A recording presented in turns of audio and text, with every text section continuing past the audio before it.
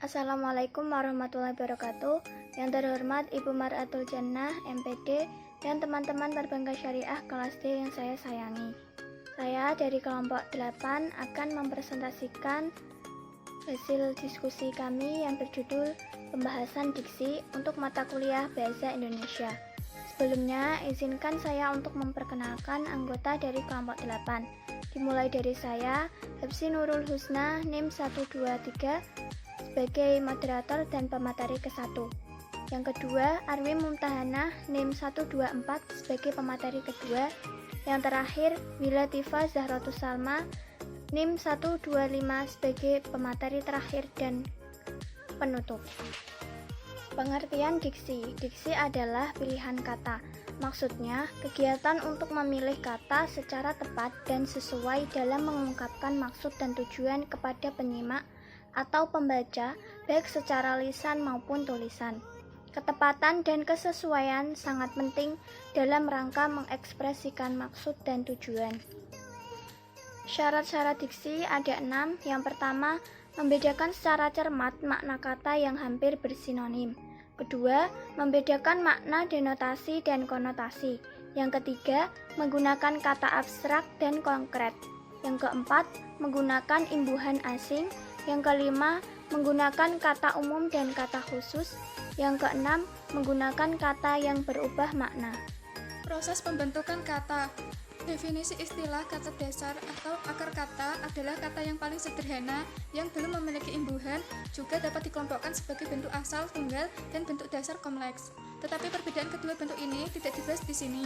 Afiks imbuhan adalah satuan terikat atau seperangkat huruf tertentu yang apabila ditambahkan pada kata dasar akan mengubah makna dan membentuk kata baru. Afiks tidak dapat berdiri sendiri dan harus melekat pada satuan lain seperti kata dasar. Istilah afiks termasuk prefiks, surfiks, dan konfiks. Prefiks awalan adalah afiks imbuhan yang melekat di depan kata dasar untuk membentuk kata baru dengan arti yang berbeda. Sufiks akhiran, afiks imbuhan yang melekat di belakang kata dasar untuk membentuk kata baru dengan arti yang berbeda. Konfiks atau sirkumfiks, simulfiks adalah secara simultan bersamaan satu afiks melekat di depan kata dasar dan satu afiks melekat di belakang kata dasar yang bersama-sama mendukung satu fungsi.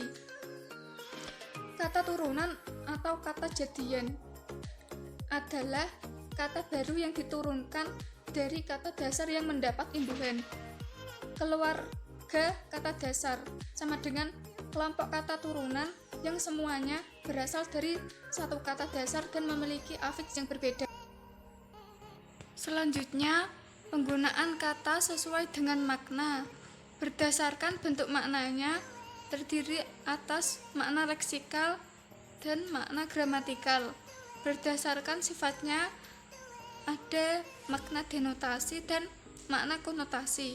Berdasarkan wujudnya, ada makna referensial dan makna inferensial.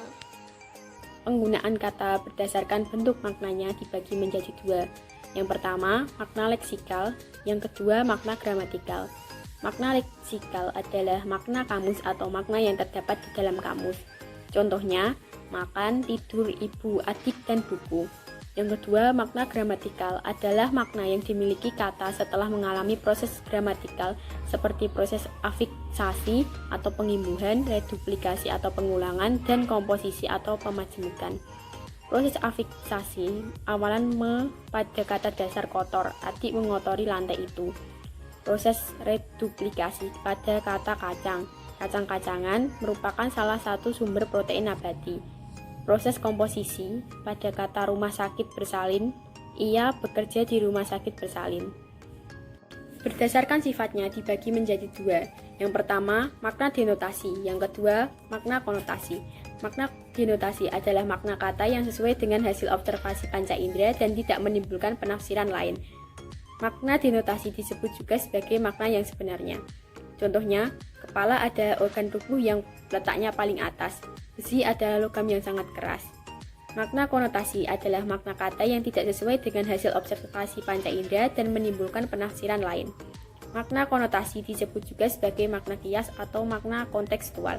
Contoh, ibu kota yang berarti pusat pemerintahan, ibu jari yang berarti jari yang paling besar atau jempol, jamban yang berarti kamar kecil.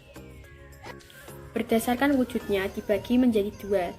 1. Makna referensial, 2. Makna inferensial.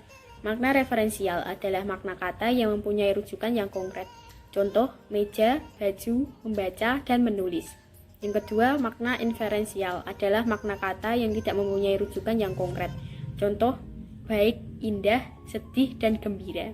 Sekian penjelasan dari kelompok kami. Mohon maaf apabila ada kekurangan. Terima kasih. Wassalamualaikum warahmatullahi wabarakatuh.